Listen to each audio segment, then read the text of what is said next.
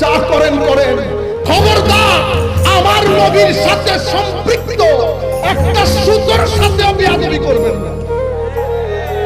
সাহাবায়ে কেরাম এটা আমাদেরকে তালিম দিয়েছে। সাহাবায়ে কেরাম আমার নবীর ক্ষেত্রে এলমের রাস্তায় হাঁটে নাই, সাহাবায়ে কেরাম আকলের রাস্তায় হাঁটে নাই। আমার নবীর ক্ষেত্রে সাহাবায়ে কেরাম ইশকের রাস্তা দিয়ে হেঁটেছে। যদি আকলের রাস্তা দিয়ে হাঁটতো, এলমের রাস্তা দিয়ে হাঁটতো, সবাইকে বলছি যারা যেখান থেকে বসে শুনছে, বুকে হাত দিয়ে বলেন তো এদের পক্ষে সম্ভব হতো আমার নবীর থুতু মুবারক নিয়ে মুখে মুখে লাগানো? যদি এলমের রাস্তা দিয়ে হাঁটতো, আকলকে জিজ্ঞেস করে করে চলতো, কেউ কারো থুতু নিতে পারে? কোন কায়নাতের মধ্যে আমার নবীর আগমনের আগে, আমার নবীর আগমনের পরে পৃথিবীতে কোনোদিন কেউ কারো থুতু নিয়ে মুখে মুখে লাগিয়েছে এটার কোনো নজির আছে? স্রষ্টার সৃষ্টির মধ্যে ঘটনা একবার